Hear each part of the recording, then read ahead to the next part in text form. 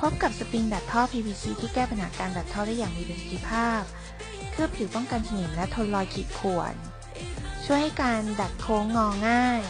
สามารถใช้กับท่อได้หลายขนาดทำให้การทำงานของคุณสะดวกและรวดเร็วไม่ต้องกังวล